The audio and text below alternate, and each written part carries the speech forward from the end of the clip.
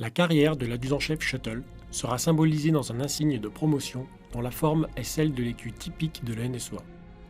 Le point armé du glaive représente la formation de sous-officiers que reçoivent les élèves.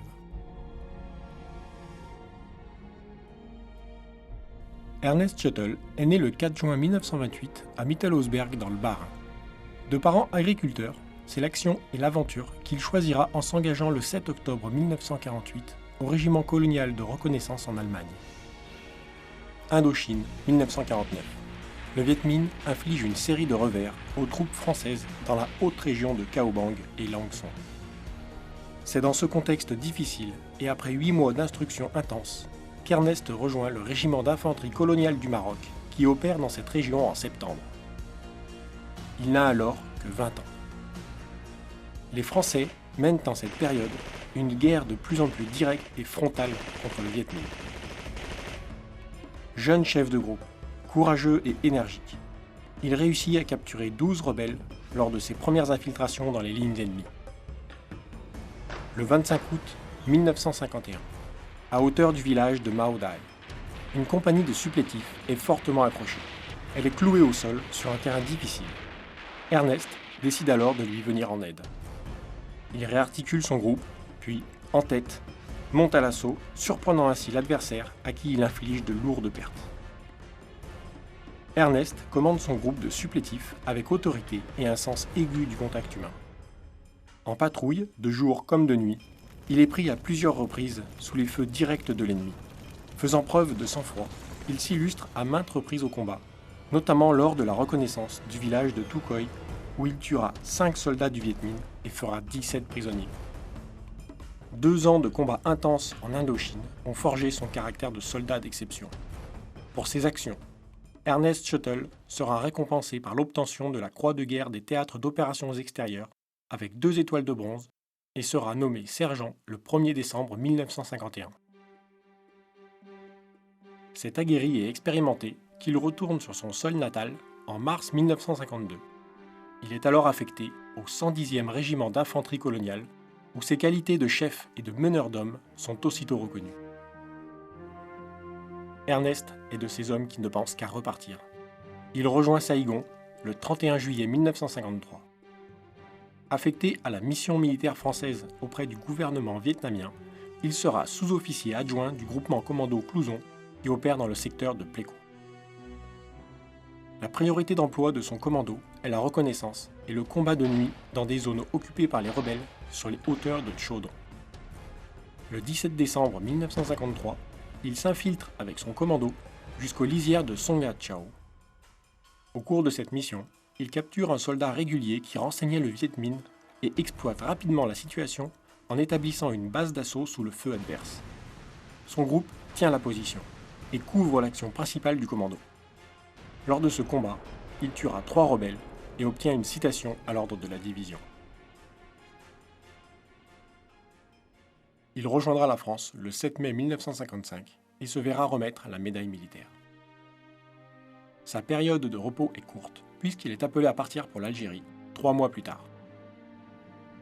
Affecté au 1er régiment de tirailleurs algériens en juillet 1955, comme sous-officier adjoint, il participe activement à l'action antiterroriste dans l'agglomération de Blida. Puis, il déploie toute son ardeur et son énergie comme officier de liaison. Il se distingue particulièrement le 4 septembre au sud de Dalmatie, en pointe du régiment, en détruisant un groupe rebelle. Le 13 juin 1958, alors qu'il est en permission, il apprend que sa compagnie est accrochée.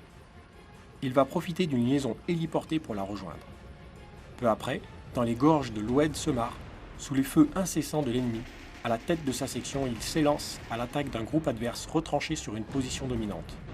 Il met hors de combat 3 rebelles et par cette action permet à son unité de reprendre l'ascendant. Le 25 août 1958, l'audace au ventre, il entraîne sa section à l'assaut et inflige des pertes significatives à un ennemi solidement accroché sur les hauteurs de Boumad. Il le fait reculer et le contraint à la fuite. Pour ses faits héroïques, il obtiendra la croix de la valeur militaire avec 1 étoile de bronze, 1 étoile d'argent et 1 étoile de vermeil. Il quitte ensuite l'Afrique du Nord pour rejoindre le 2e régiment de tirailleurs marocains à Strasbourg en août 1960. Un an plus tard, le 15 janvier 1962, il part dans les profondeurs du désert algérien au sein du 3e bataillon d'infanterie légère d'Afrique, à Fort Flatters. C'est dans ce petit fort du Sahara qu'il sera nommé adjudant-chef le 1er octobre. De retour en France, sa carrière se poursuivra au gré de différentes affectations jusqu'en mai 1974.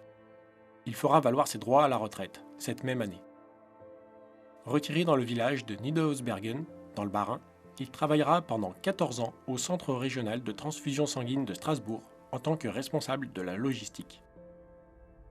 Sous-officier exemplaire et combattant exceptionnel, l'adjudant-chef Schottel a été fait chevalier de l'Ordre national du mérite le 10 décembre 1974, puis chevalier de la Légion d'honneur en 1999.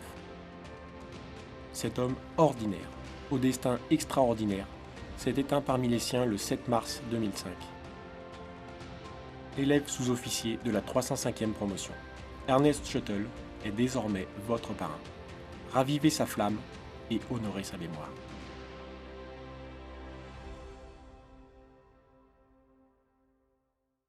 La forme de l'insigne est celle de l'écu typique de l'École nationale des sous-officiers d'active.